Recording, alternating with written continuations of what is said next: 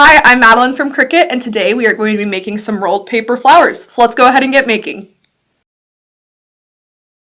And for this project, you are going to need a Cricut machine. Today we are using the Cricut Explore 3. If you're using cardstock, you're going to want to use a light grit mat.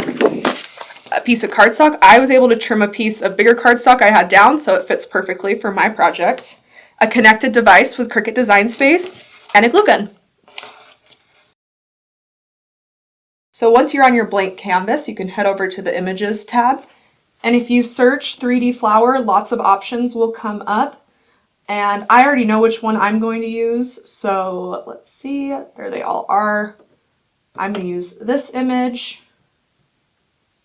And then you just add it to your canvas. And I want mine to be a little bigger, so I'm going to just grab the corner and drag it out a bit. And I have the right machine selected, so now we can go to make it. So when I'm ready to start my project, I will just click continue and it will bring up my machine that's already connected. And I'm going to select medium cardstock for this project. Now I'm just going to load my mat into my machine.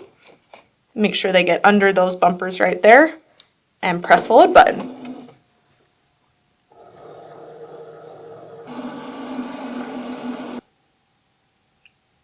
And once your go button starts flashing, you can go ahead and press it and let your Cricut do its thing.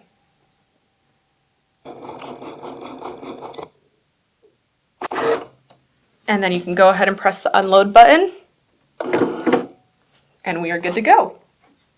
Alright, and when it comes to taking your cardstock off of your mat, I think it's easiest to flip it over and bend it. This will keep your paper from bending.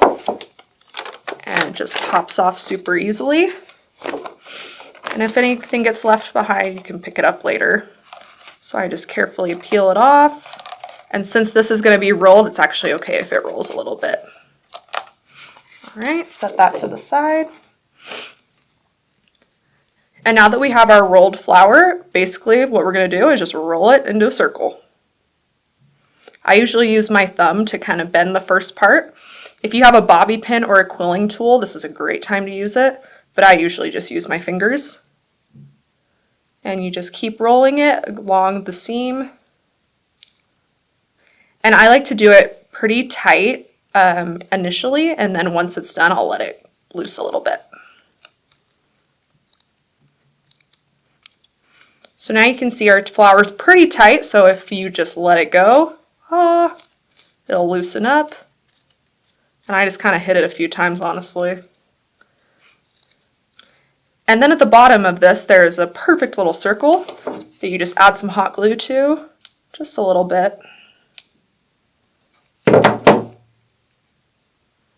And fold it over.